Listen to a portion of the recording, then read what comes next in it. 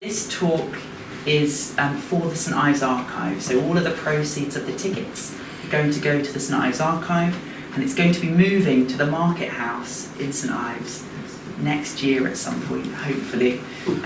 Well, definitely, but when specifically is another story.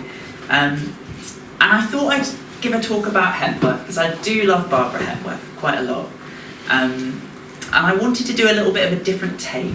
The people behind the scenes, the people who made Barbara Hepworth the person that she was, the person who we know, and the successful artist that she's been remembered as being. And I actually wrote the blurb for this really before I'd done most of my research. So, you might think that this talk is just about her assistants. And it is a little bit, but I found some more interesting source material that we had at the archive that I thought I'd weave into the story instead.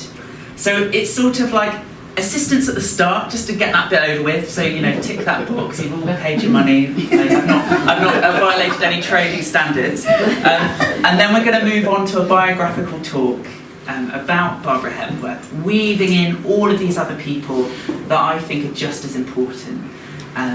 So yes, I should probably start, or we'll never get going. Right.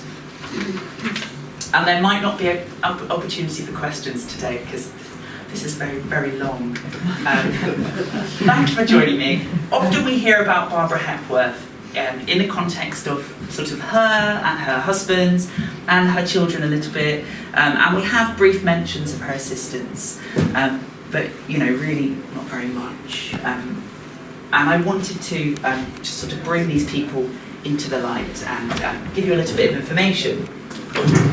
So, over the course of her time at the Troyne studio, which was her home for about 25 years, she had 18 assistants, around 18 assistants in total, varying from like a decade in service to just a few months at a time. And these assistants would have been instrumental in her prolific output. And I found out a little bit about each of them. This is not one of them. Don't want to confuse anyone. Right. So, I made a list, and this was very kindly checked by Sophie Bowness, Hepworth's granddaughter, because I started to panic that I might have made some mistakes. So I've put them in roughly in order. There's a few people who started at the same time, and I found out a little bit about each one of them. So we start with Dennis Mitchell, and he was recommended by Bernard Leach, and he was Hepworth's principal assistant from 1949 to 1959. And he later became an accomplished carver in wood and stone, and then established his own reputation as a sculptor. So you've probably heard of him already. And you also probably have heard of John Wells as well. He was also one of her first assistants, and he worked alongside Hepworth and Mitchell on the Contrapuntal Forms Commission for the Festival of Britain in 1951, and he later became a very important artist too. Then we have Hubert Dolwood. So he was a sculptor, and I found out a little bit of subsequent information about him. He became a sculptor so important that when he made an aluminium cast relief mural for a new student accommodation in Leeds, where he was later on, it ended up being Grade 2 listed, the building, because he was such an important sculptor. So I thought that was very interesting too. We have Terry Frost, probably needs no introduction. You might all have heard of him already. He was a painter, as you might have known. And he also joined for the Contrapuntal Forms Commission. And he went on to become a prominent painter associated with the St Ives modern artist movement. Briefly in 1951, we have this man, Ralph Rumney. Interestingly, he married the daughter of Peggy Guggenheim, and he gifted her a painting called The Change, which was painted in 1957, which is now in Tate's collection. And he was also one of the founders of the London Psychogeographical Association, which I thought was very interesting to know. Also in 1951, we have the artist Owen Broughton. He was an Australian, and we have an Australian in the room, I've heard, so hello.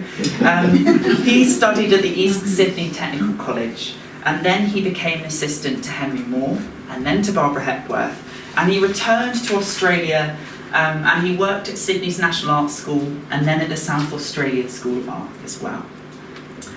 One of my personal favourites, we've got John Milne, her assistant from 1952 to 1954. And I'll come to him a little bit later because there's a bit more to be said about John Milne. He became Hepworth's assistant at the age of just 21 in the 1950s, and later on ended up living just next door to her. I won't spoil the story. And yeah, he became a notable sculptor. One of his sculptures is in Trewin Gardens, so definitely someone to visit after this if you've not seen it already. And one in the Penrith Gallery. And the one in Penrith Gallery as well, that's right. Right. We've got Roger Lee, who was there twice, so he had a year and then he was back for another year a little bit later. He was actually trained in town planning, and so I guess he must have been quite organised, so maybe that's why Barbara Hepworth wanted him. He had begun sculpting in 1948, and while he was an assistant to Barbara Hepworth, he joined the Penrith Society of Arts. He then went away and worked as an architect in London for London County Council. He returned to Cornwall in 1957, stayed with Hepworth for a few months as an assistant, and then worked part-time as an architect in Truro. Then we have Keith Leonard. He was there for 4 years. He was a sculptor and a painter, and he brought his experience of the Slade School of Art and his studies in Paris. So a nice continental flavour as well. Then we have Brian Wall from 1955 to 1960. You may have heard of him already. I've definitely come across some of his sculptures already, and in Tate St Ives, for instance. And this is when I think she starts to change her selection process for assistants. So he was hired specifically for his experience working with metal. And as well as working on the sculptures, he recalled patinating the metal and constructing wood reliefs for sculptures, and sculptures painted in primary colours as well. He later moves to the US in the 1970s. Tom Pierce, 1960 to 1961, I have just got 3 question marks because I could find nothing out about him. So if anybody in this room knows anything about Tom Pierce, come and find me at the end, and I will credit you in my next talk. Then we have Michael Broido, from 1959 to 1962. He was an artist and a teacher, and actually a self-taught artist. And he'd worked in the clothing industry for many years. He was a part-time gardener for Patrick Heron before being Hepworth's assistant, and then he taught at Truro Art School, and he also showed regularly with the Penrith Society. We have Brian O'Casey from 1959 to 1962. He was the son of Sean O'Casey, who was an Irish playwright.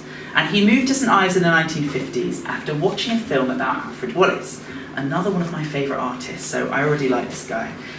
He actually came to help Hepworth just for a week, and ended up staying for 3 years.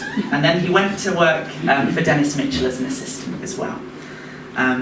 Then we have Dickon Nance. Am I saying that right? Dickon, there we go, thank you. You can tell I just read a lot and don't actually speak very much. And he was there from 1958 to 1972. He was an artist and a craftsman. And his father was the painter and Cornish language revivalist, Robert Morton Nance. He had worked for Bernard Leach before he worked for Barbara Hepworth, and actually in his 20s had invented a new take on the traditional potter's wheel, which I think ended up becoming known as the Leach wheel, but I could do with a bit more context on that, I think. Then we have Tommy Rowe. So again, another returning assistant, somebody who worked for her part-time for a few years and then came back again. And he'd actually worked for Hepworth in the school holidays while he was studying. And he was learning from Dennis Mitchell as well. So again, there's an overlap between a lot of artists in St Ives. He continued to assist her while studying at Bath Academy of Art. and then he came back and he worked for her full time. Some of his work is in the Penwith Gallery, I think, and some other galleries in town. So, and you can really see the influence of Hepworth on a lot of the sculptors who became famous afterwards. And then briefly in 1963, we have Angela Connor. She was also a self-taught artist, and she developed her professional foundation working for Hepworth. She left before she turned 20, and she went on to develop a fascination with the movement in nature, which became her sort of signature style. And then finally we have George Wilkinson. The only thing I really found out about him was that he was Hepworth's assistant later in her career, and he stayed on after her death, helping to preserve her studio as it was, albeit a little bit tidier actually than it had been. And that also shows her starting to think about people who had skills in engineering or mechanics that could help her with really constructing these larger sculptures later in her career. So I found out a little bit about the assistants, and that is really a brief overview of all of them. And there's this great quote from Tommy Rowe that just shows you what it was like to work for Barbara Hepworth. He says, "Barbara taught me to carve marble and work with plaster of Paris. She showed me how to work forms and purify them. She would caress the form with her hands and mark surfaces with a cross for a hollow and a circle as a high. In the morning, you would find your piece of work covered in circles and crosses and arrows, indicating which way the form should be worked. This went on until she was satisfied the form was perfect."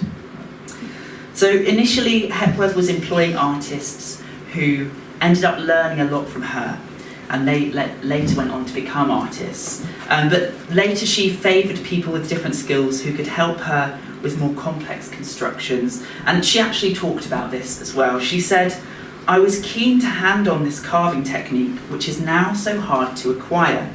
I did hand it on, but of course, in the most successful cases, it turned out that they have never carved at all. I know they gained a lot of experience working on big sculptures of a size they couldn't then afford to make themselves, but all they really wanted to do was find their own individuality. And I think they did, because they have ended up by using quite different materials in a very free way, which is very good. But then I got tired of teaching," which I thought was actually quite funny.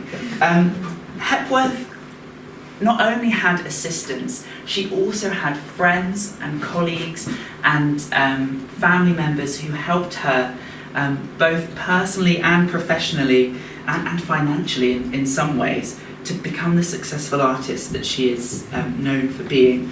So let's start with a biographical story of Hepworth with these people woven in. Barbara Hepworth was born in 1903 in Wakefield, Yorkshire, and her father was a civil engineer who rose to the ranks of county surveyor.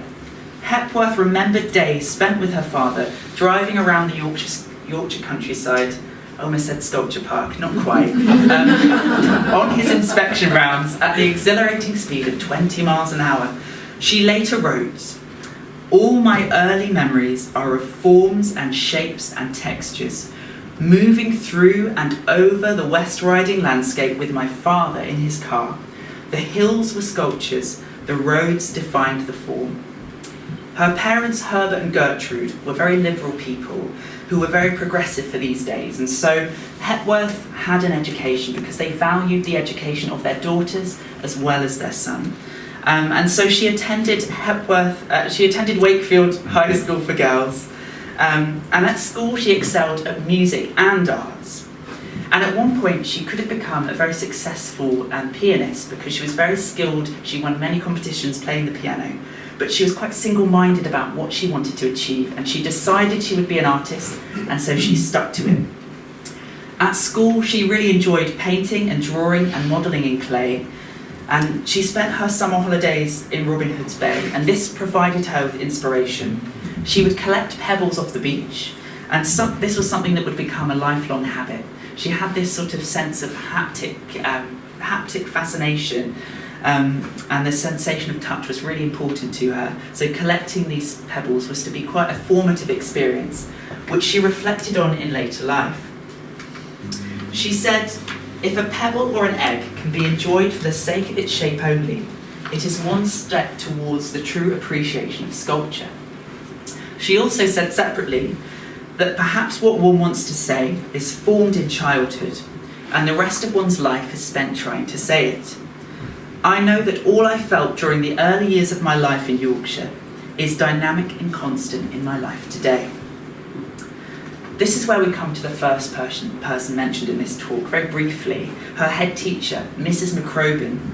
And she nurtured Barbara's talents and encouraged her to apply for her first scholarship to Leeds School of Art. And she began her studies there in 1920, aged just 17. And from that, she got a scholarship to the Royal College of Art in London in 1921. And already at this young age, she was showing signs of a talent that would lead to a blossoming career.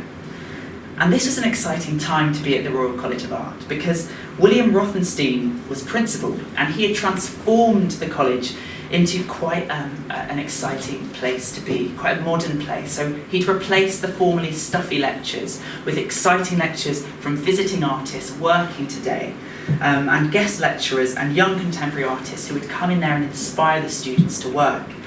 At this time, Hepworth's work is very typical of the sort of work she was expected to make, so a lot of modelling in clay, a lot of relief work.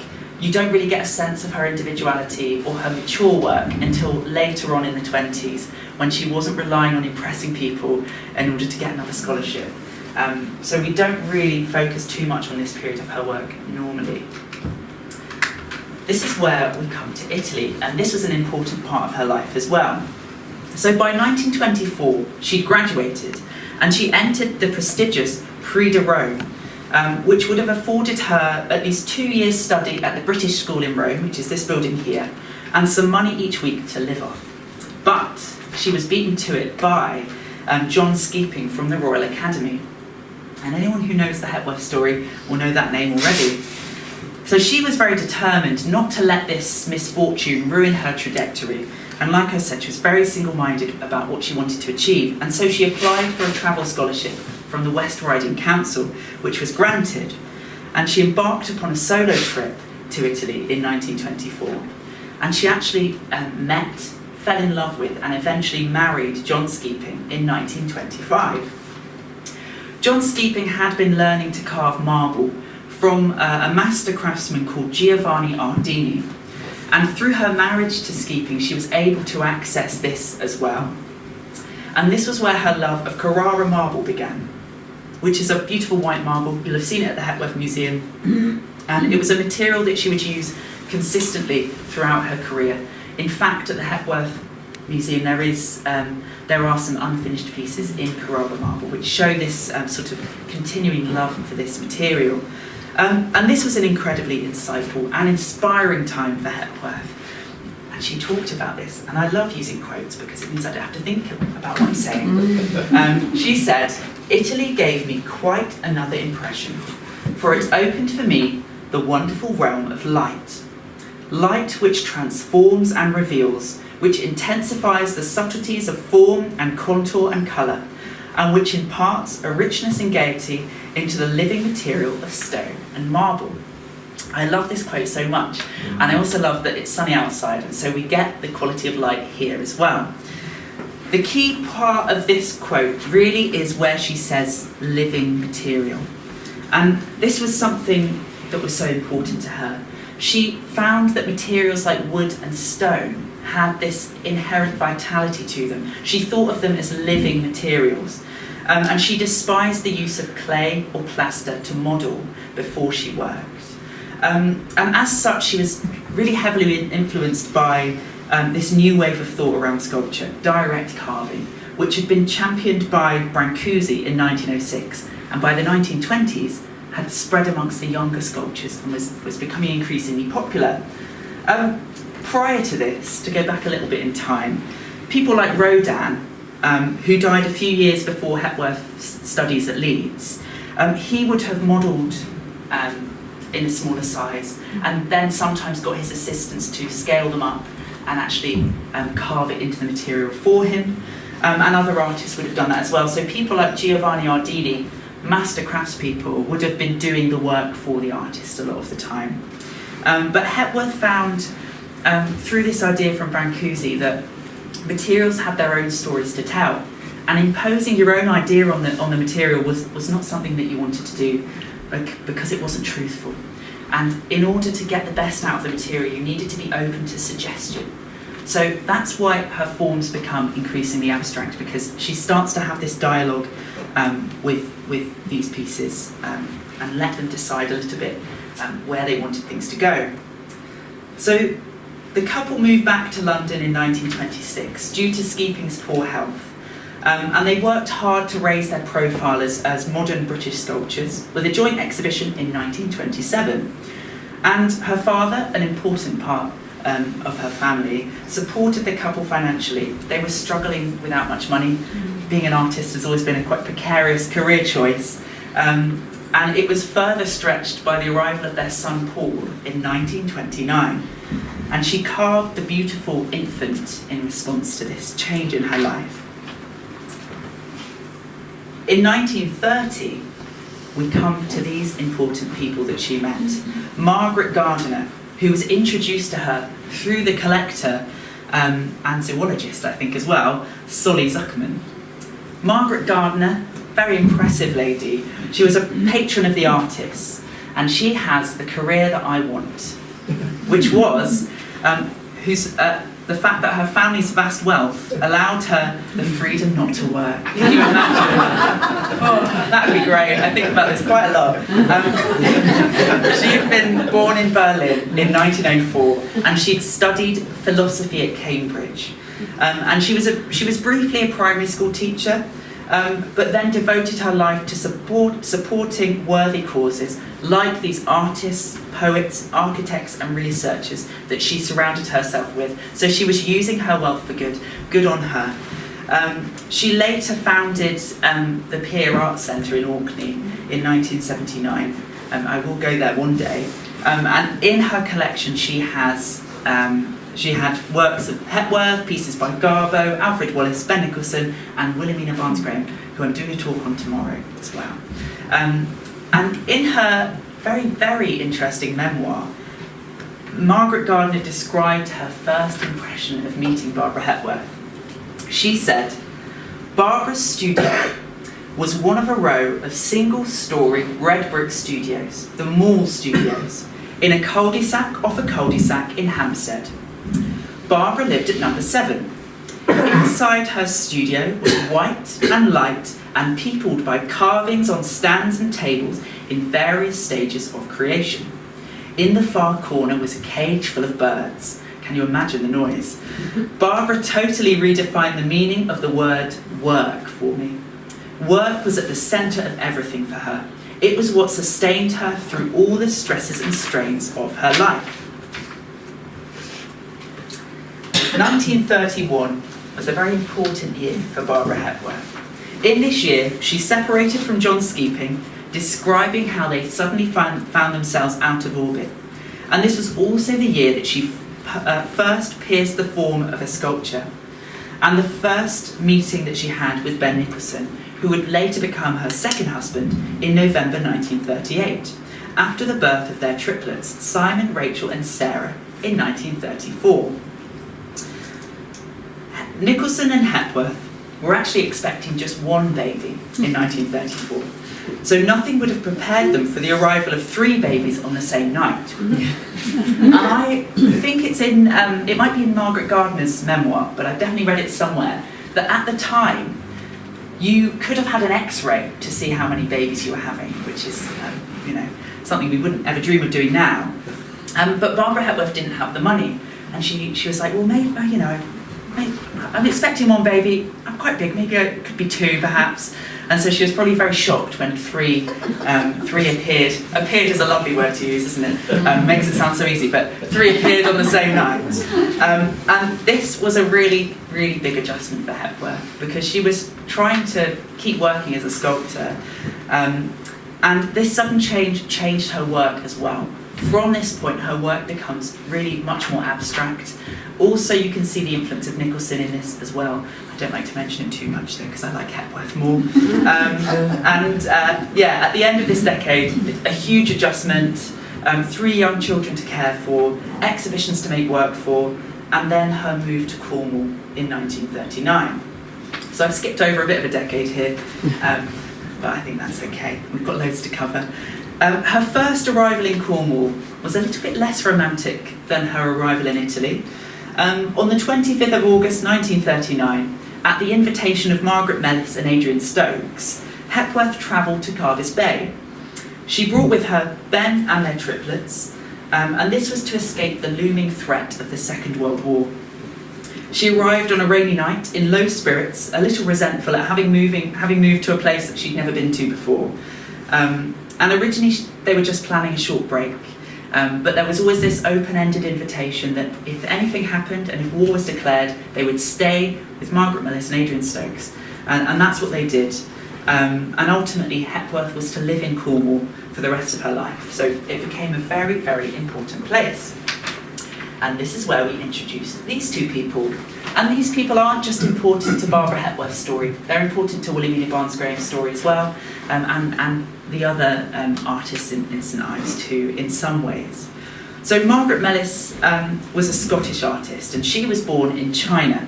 She studied at the Edinburgh College of Art alongside William Barnes-Graham, and she met the art critic Adrian Stokes in 1936, and they married in 1938, before they then moved to Cornwall.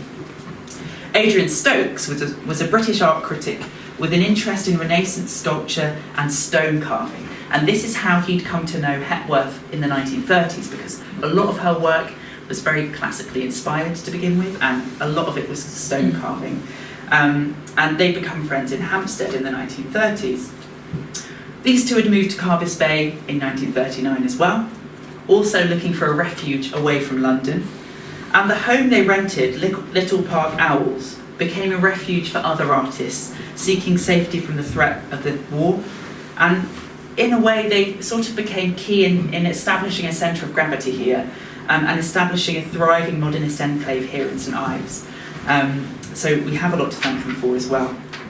After the war, they divorced and led separate lives. Margaret Mellis went on to become a very famous sculptor, famous for her driftwood assemblages, and she left a legacy as a renowned colourist. So you'll see her work's very colourful. After Christmas 1939, having stayed with Margaret Mellis and Adrian Stokes, the Hepworth-Nicholson family moved to Dunluce, a nearby house, but the conditions were cramped, which limited the work that Hepworth could make. So in 1942, the family moved again to Chai and Kerris in Carvis Bay, where Hepworth focused on bringing up the children and housework. She called this her war work, but despite the domestic pressures on her time, it's a little bit funny, isn't it? What was Ben Nicholson doing? Despite the domestic pressures on her time, she did find time to make drawings and small sculptures.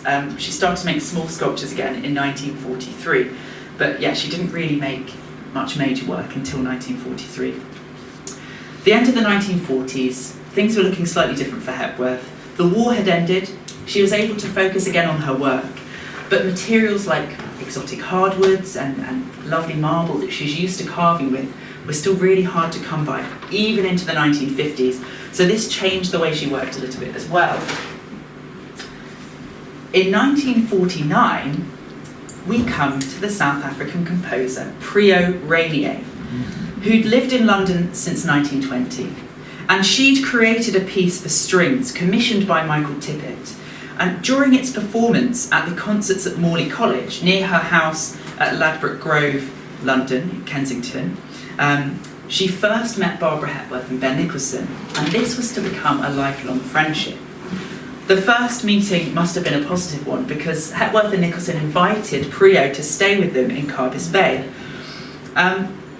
Rainier would post Hepworth food, which provided material support for her in post-war rationing times, where things like bananas were very hard to come by.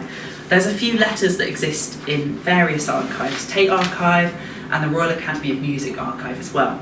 And one of the letters that I've seen actually has an imprint of a banana on it, where a banana's been on there for so long that it's actually imprinted into the paper. So we do know that Hepworth ate bananas, so that's another fact in this talk. Hepworth was also a fan of classical music, so meeting Rainier would have been incredibly inspirational for her. She wrote about the similarities of carving and music.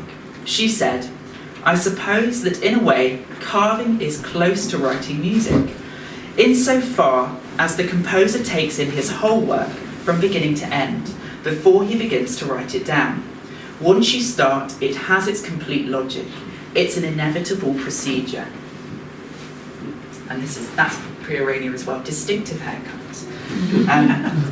Looking for a permanent new studio to work in, Hepworth bought Trewyn's studio on the 16th of September 1949 at an auction in the Palais de Danse, which I will also come to later.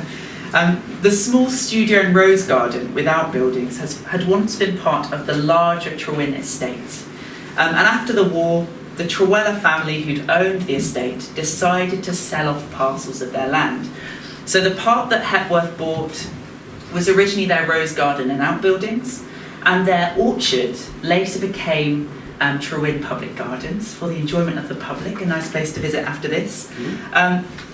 The reason that we think Hepworth became aware of this sale was the public outcry at the council's tentative decision to compulsory purchase all of this land for a new car park. I thought this was quite shocking until it did take us about 15 minutes to find a parking space today. So Hepworth was so invested in St Ives' historical character and was a really key part of preserving that part of town. And so you can see her buying this as the sort of start of this preservation of the town. When she went to the auction, she went with some friends. She had a maximum bid in mind. And according to her autobiography, the first bid was way beyond that figure. She went pale green and fainted, and her friend bid on her behalf, and she won it. Which might have been a bit of a shock to wake up to. Maybe she fainted again. But she was able to afford this with the help of her patrons. Her patrons, Marcus Bromwell and Heather Sutherland, supported her, and they're an important part of her story as well. And this was a key part of the next fruitful chapter of her career. And this is a very famous quote. I'm sure you've all heard it before, but I will say it again because it's so beautiful. She said about the magic of discovering her new studio, "Finding Trewyn's studio was a sort of magic. For 10 years I had passed by with my shopping bags, not knowing what lay behind the 20-foot wall. Here was a studio, a yard and garden where I could work in open air and space." And this was to dramatically alter Hepworth's practice. It enabled her to work on bigger projects, it enabled her to work on commissions, and it meant she no longer had the restrictions of space. By this time, the children were at Dartington Hall, a progressive boarding school in Totnes, and this gave Hepworth the time to focus really on earning enough money for the family through her sculptures. And at this time she was living in Cardiff Bay with Ben Nicholson, commuting between the two places. And we know that in the first year that Trewyn was just a studio, but just solely for working. So the top room would have been for carving wood, and the yard and studio were for carving stone. The garden itself was half the size of what is there today, and it was much more formal because it had been a former rose garden. Within about a year of buying Trewyn, she was living there full-time, having left the home she shared with Ben Nicholson, and their marriage was dissolved in 1951. The top part of the building remained a carving workshop, and the ground floor originally became a living space with a bedroom, kitchen, bathroom and dining area. The garden that had been so flat and formal when she bought it began to be landscaped with the help of her composer friend, Priya Rainier, again. And Priya Rainier from South Africa introduced her to many exotic plants, and a lot of those feature in the garden today. Rainier was hugely inspired by Hepworth's work too, and she wrote to Hepworth in 1950, "I cannot think of other modern sculpture which contains an essence usually associated only with music of the highest abstract quality. You have already achieved the world towards which one struggles so hard in music. Here we go. So this is where we start to introduce the assistants to the biography. So most of 1949 and 1950, when she first moves to Trewin, were concerned with undertaking her first major commission, contrapuntal forms, a roughly 3 metre tall Irish limestone carving for the Festival of Britain. And this necessitated her hiring her first assistants, John Wells, Dennis Mitchell and Terry Frost, all of whom, as I've mentioned, went on to become famous sculptors in their own rights and painters too. As we heard at the start of the talk, this is just the start of her using assistants as a key part of her practice, and it allowed her to become more ambitious with her work. But she talked about what it was like to have assistants working for her. She says, "They don't know what I'm doing. I don't give them an object and say, copy that. I hardly ever make a model or a maquette. I couldn't do so much work if I had to do all the carving from beginning to end, because it takes such a long time. I have a very definite way of showing them what they are to do. They have come to know instinctively what I'm aiming at, because we've worked together for so long, but all the delicate stages are entirely my own." In the summer of 1950, Hepworth invited Rainier to stay in her new studio in St Ives and wrote about it to Margaret Gardner, who was continuing to be a friend to her throughout her life. She said, "My friend Prio is staying with us. She is very beautiful, with a rare intelligence and astonishing creative power. She has been composing in a corner of Trewin Garden, somewhat disturbed perhaps by the odd rhythms of hammers." The description she gives of Rainier is something that could easily be attributed to Hepworth herself, and this may be why the two had such an affinity to each other and became such close friends. Rainier composed Rhythms of the Stones in 1950, fragments notating the sound of Hepworth and her assistants carving the two monumental contrapuntal forms figures, and reflecting Hepworth's feeling that the sound of a mallet or hammer is music to my ears when either is used rhythmically. The summer of 1950 was a very wet one, which is no surprise to any of us here, because that often is the case. And this made Hepworth increasingly worried about the deadline for this commission. And so she was able to rig up a temporary shelter and lights, which allowed her to work well into the evening and despite the rain. And eventually she did indeed make the deadline, which is brilliant. While visiting, Rainier provided Hepworth support through this difficult period of Hepworth and Nicholson's divorce. Hepworth wrote to Gardiner, "Thank heavens Prio has stayed on. She has looked after me superbly, insisting on meals and medicine at regular hours. Consequently, I have put on 2 pounds and feel stronger. It is lovely to be in contact with music and so refreshing to talk about another medium." So she had this shared inspiration from Rainier as well. This is where we come to John Milne. So in 1952, a 21-year-old from Lancashire called John Milne entered Hepworth's life. He'd studied as a sculptor at Salford Royal Technical College and studied further in Paris before coming to St Ives to be Hepworth's pupil, learning direct carving in stone and wood. He graduated to an assistant, firstly on a trial basis of 3 months. Hepworth said, "Let us try, we might not get on together." But he stayed for 2 years, between 1952 and 1954, and it proved an invaluable experience working under Hepworth's supervision on multiple pieces. And this really shapes his later work. And if you've seen his work, you'll really see the influence of Hepworth on his later sculptures. He had met Cosmo Rodewald, a lecturer in classical history at Manchester University, in 1951, and they soon became lovers. Rodewald was 16 years older than Milne and introduced him to a world that was completely beyond his imagination. This was a world of travel, restaurants and visits to the opera. This would have been a very different experience to his working class Lancashire upbringing. On the 13th of February 1953, Paul Skeeping, Hepworth's first son, died in a plane crash in Thailand while serving in the RAF. This was a devastating time for her. She wrote a very brief note to Margaret Gardner. "Margaret, darling, a telegram has just come and Paul has been killed in Thailand. Barbara." A week later, she writes again to Gardner. "I have been in a state of collapse where neither my head nor my knees would do what I willed. My whole being cries out against this. The vitality and radiance in Paul, the light he always brought into a room, is impossible to associate with an early death. I found some peace this Friday after a requiem was held for him in the church. The unquietness around my studio was stilled. One just has to accept." Really quite an emotional part of her life. And despite this, she was still working, she was still involved in things happening in the town. So on the 2nd of June in 1953, Queen Elizabeth was crowned at Westminster Abbey, and this exciting coronation year was in complete contrast with Hepworth's personal life.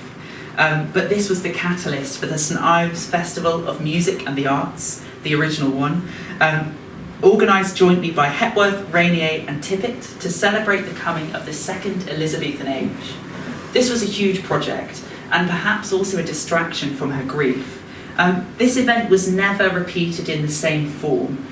It was very, very costly. But the germ of this idea is perhaps what then later became what we are doing today, which is the St Ives September Festival. Around this time, Rainier purchased a small studio in St Ives, tucked against Tregennis Steps, and on the opposite hill to Hepworth's studio, with panoramic views of St Ives Harbour. This would have perhaps been a real comfort to Hepworth, having a friend living so close by to support her in the difficult years after Paul's death. In 1954, Hepworth carved and unveiled a memorial to Paul, Madonna and Child, a beautiful white marble sculpture, her most figurative work since the 1930s, and a break from the style at the time. This is really quite a religious sculpture, which is really different to the work that she was doing in the 1950s, and it's really beautiful and much, much larger than you think it's going to be if you've only ever seen pictures, so I would definitely recommend going to see that. It's in the Lady Chapel of St Ives. So we move on to the summer of 1954. And in a bid to help Hepworth with her lasting grief, Margaret Gardner, by then a firm friend, took her to Greece. A remarkably inspiring trip which left a lasting impression on Hepworth's sculptures, and later her lithographic prints as well. They visited Athens, Delphi, and many of the Aegean islands as well. And once they were back, Gardner once again helped Hepworth by agreeing to send her a sample of some Nigerian hardwood, guaria wood. Focus on the word sample here when you hear this next bit. Gardner had family connections to Africa and arranged for the transportation of one single tree trunk weighing 17 tons. It was quite a surprise for Hepworth, I think, when she was expecting a sample, to suddenly have to transport a 17-ton tree trunk from Tilbury Docks to Cornwall, but she did manage it, and with the help of locals in the town, she was able to find places in people's houses to store them because her studio wasn't big enough to store the whole thing. And she made several large guaria wood pieces between 1954 and 1963. We sort of see them almost as two sets of sculptures because there was a sort of one first period and one second period, but overall she used this wood by 1963. And some of her assistants did also receive some of this wood to work on, which was quite nice. So we've got Dennis Mitchell, who made Oracle in 1955 from his sample. 1956 was another important year for Barbara Hepworth. She had returned to making sculptures in metal, something she hadn't done since the 1920s, and something that she had up until this point been resisting quite heavily. The reasons for this change of heart were perhaps down to an increased demand on her work. She could make additions if she made work in metal. She could cast in bronze, for instance, and it also allowed her to make much more complicated pieces, like this piece here, Forms in Movement, which is inspired by a Baroque dance.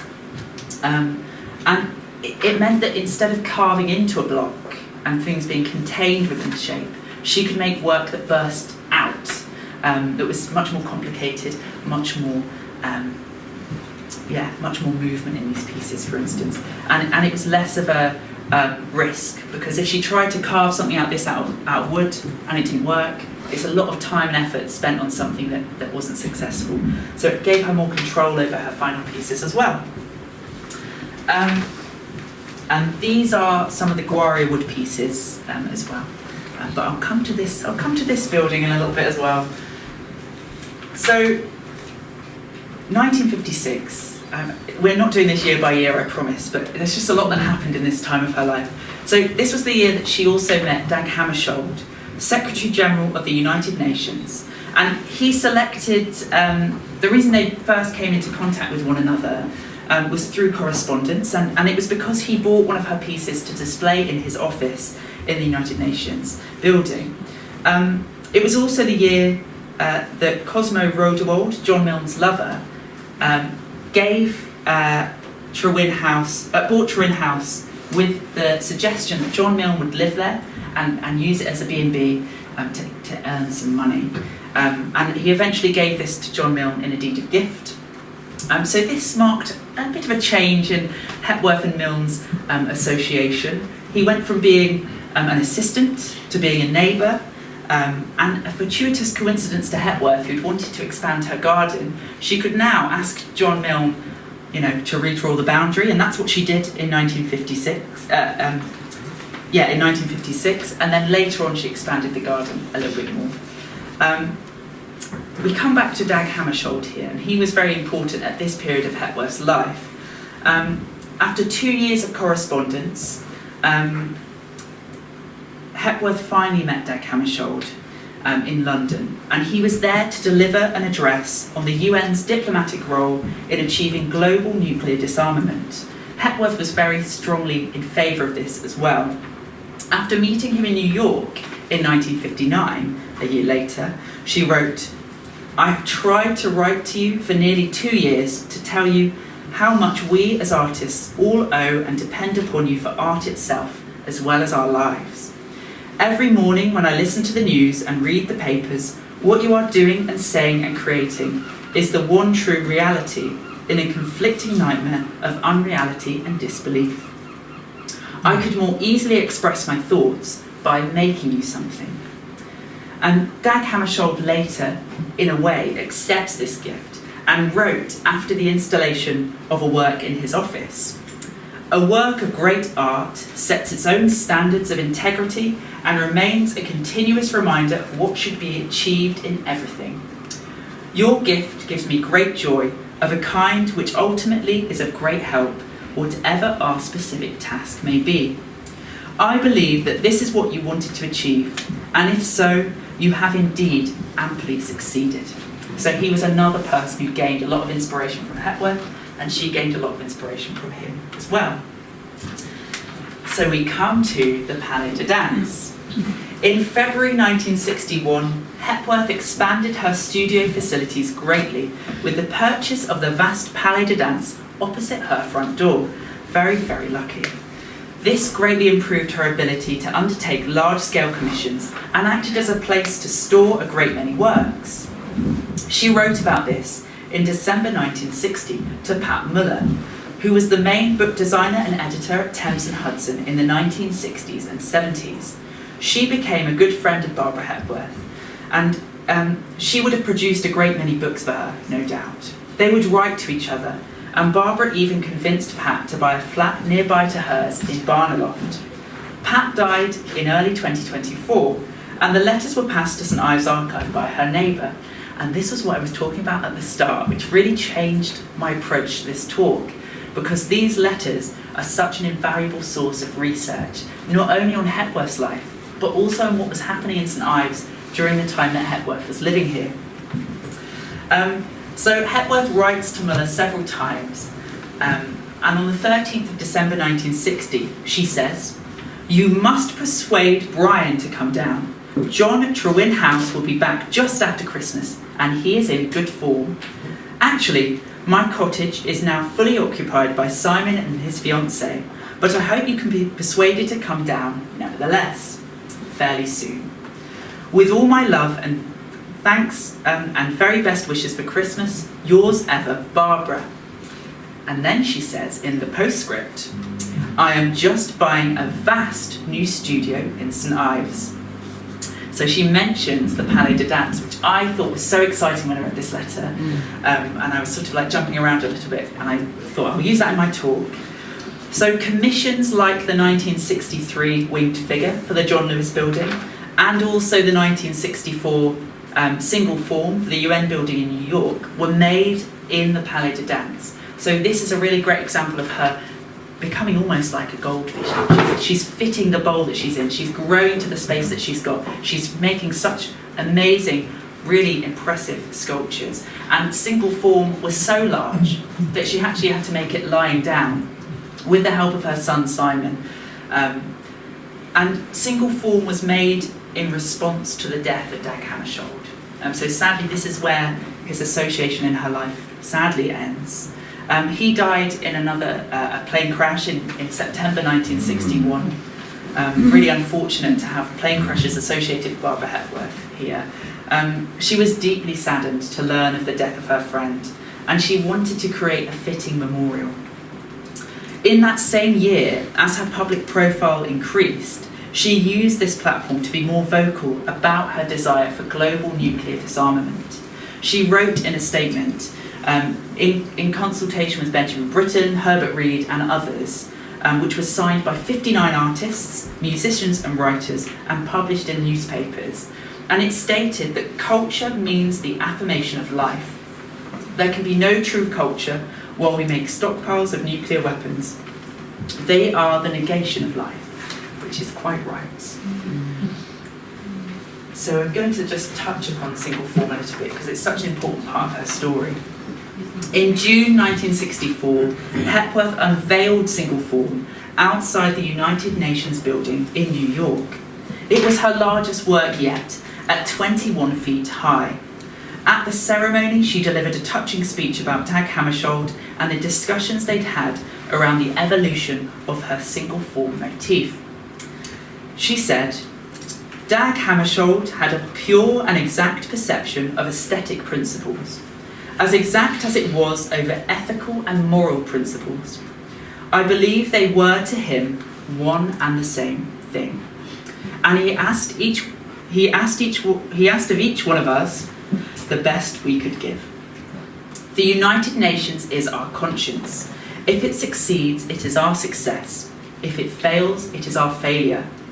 I have tried to perfect a symbol that would reflect the nobility of his life, and at the same time give us a motive and a symbol of both continuity and solidarity for the future.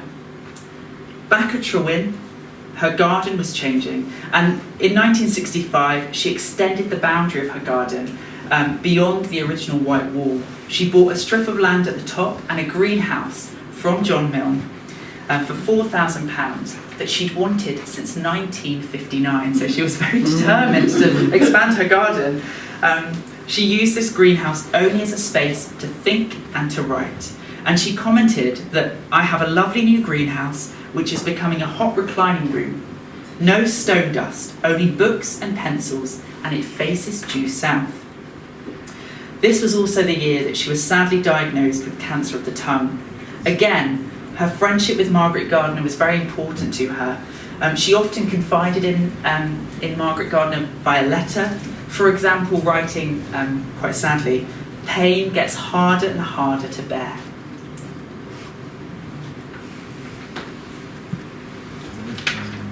Hepworth also continued her correspondence with Pat Muller around the design of books to be published about her work.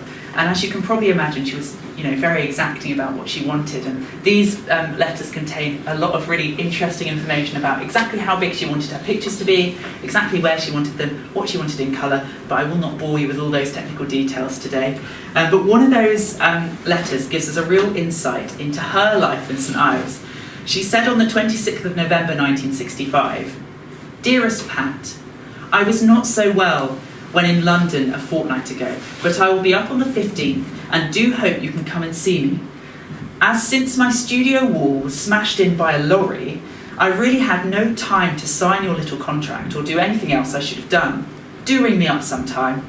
With all my best love, ever Barbara. And I thought that was quite funny, just to imagine that someone crashed their lorry into Barbara Hepworth's wall and probably regretted it afterwards, I imagine. While still in recovery in 1967, she broke her femur while on holiday on the Isles of Scilly. But this did not dull her commitment to her work and the ambitious installations in her garden. And what I found out was really the origin of the sculpture garden was for her own private enjoyment. And although she did invite people to her garden for yearly show days, she just wanted to see her work in her garden. I think that's quite a lovely thing. So we get to October 1967 with the installation here of Foursquare Walkthrough, and this hasn't moved since it was installed, still in the same position today, and it readdresses the balance of the garden against the much larger parish church tower in the distance. And if you go there and you see it, you'll see the polished bronze circles on the inside here. They mirror the church clock, and so that you can see there's a reference there to the outside landscape. Morris Singer Foundry oversaw the installation of this. Quite a technical piece. It would have been installed in about 5 parts by experts. And this was a relationship that Hepworth had nurtured for a good many years. Eric Gibbard was the foundry manager, and he had worked with Hepworth for several years to achieve her prolific output.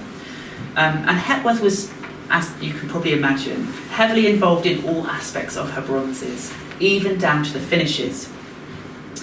Her letters to Pat Muller continue, evolving from purely professional to a genuine friendship. And like I mentioned earlier, these letters contain important historical context about St Ives as well. So we have the Torrey Canyon oil spill, which also occurred in 1967. And she writes on the 30th of March, 1967, Dear Pat, the oil business is the blinking limit, but we hope it will all be dealt with before you come down. The Army and Navy and everyone are working together.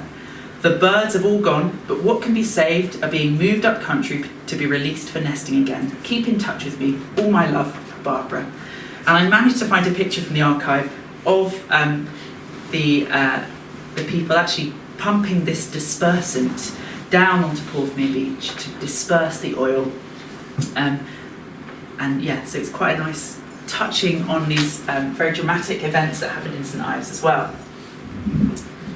Almost exactly a year before, oh no, here we go, I've moved on too quickly. Her assistance continued to be key to her success. And in spring 1968, Norman Stocker travelled with George Wilkinson and Dickon Nance to help prepare for her Tate Gallery retrospective. This exhibition was well received and commented on in the Times and the Guardian. In 1963, she bought one final plot of land. This was the final extension to her dominion. And this was from John Milne as well, in the left-hand corner of the garden. And she bought this purely for the installation of Conversation with Magic Stones. According to her secretary, this wouldn't have been possible without her assistance because she was in quite poor health.